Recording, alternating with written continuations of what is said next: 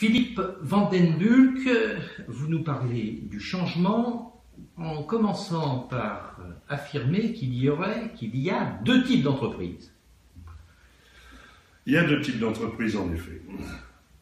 Il y a celles qui changent, il y a celles qui ferment.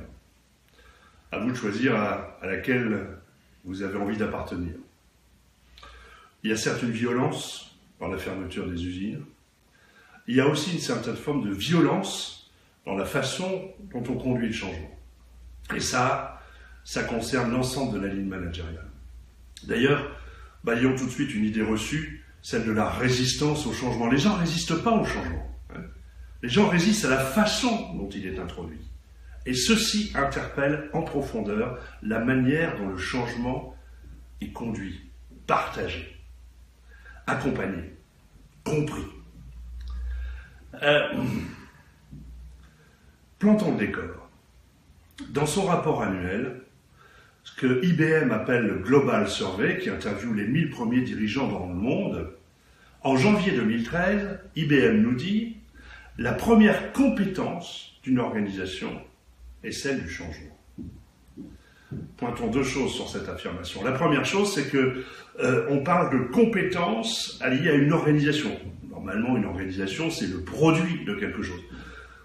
D'après cette enquête, une organisation aurait en elle-même une capacité à agir, ce qui est un peu curieux.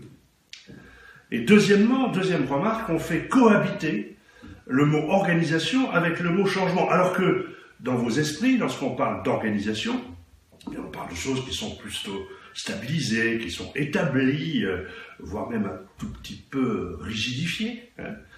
Et là, on parle d'organisation qui serait conçue pour changer, donc pour être abandonnée finalement. C'est un peu comme si on disait la première compétence d'un couple, c'est la capacité qu'il a à se séparer, ce qui est un petit peu curieux. Premier décor, quand aujourd'hui on conçoit une organisation, on la conçoit pour pouvoir l'abandonner. Deuxième paramètre pour planter le décor. L'année dernière, en 2014 donc, le journal The Economist a produit le résultat d'une enquête assez intéressante parce qu'elle a interviewé 3 millions de personnes réparties dans 20 pays, avec pour seul critère d'appartenance au panel le fait d'exercer une activité salariée. Et vous avez remarqué qu'il y a un peu plus d'ouvriers d'employés que de cadres supérieurs et de patrons.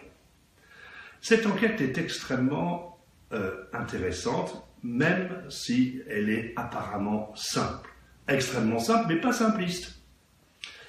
Elle tourne autour de 4 questions. La première question, c'est « Est-ce que vous savez pourquoi votre entreprise change ?» Et là, il y a 50% des gens qui répondent non. La deuxième question, c'est « Est-ce que ce changement va représenter un mieux pour votre entreprise ?» Il y a aussi 50% des gens qui répondent non. La troisième question est de se dire, est-ce que ce changement représente un mieux pour vous? Là, ça change. Il y a 60% des gens qui disent, je pense que ça va plutôt être pire pour moi. Et puis la quatrième et dernière question, qui est une question clé, qui est une question fondamentale, est la suivante. Est-ce que vous pensez que ce changement va nécessiter que vous fassiez les choses autrement? Eh bien, 70% des gens répondent non. Non. On aura toujours besoin de moi. On aura toujours besoin de ce que je fais. On aura toujours besoin de gens qui pratiquent la tâche élémentaire qui est la mienne et que je répète au quotidien. Et là, voilà posée très concrètement la problématique du changement. Les gens ne savent pas pourquoi ils changent.